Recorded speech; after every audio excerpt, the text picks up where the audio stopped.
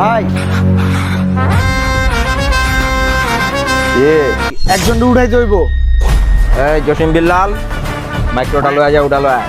না ভাই ওই উড়ানো না। ওই উড়ানো না? ওজন কত? কয় কেজি ওজন? আরে এই উড়ানো না ভাই, উড়াইয়া খালাস করে দিতে হইব। ও খাল্লাস করতে হইব।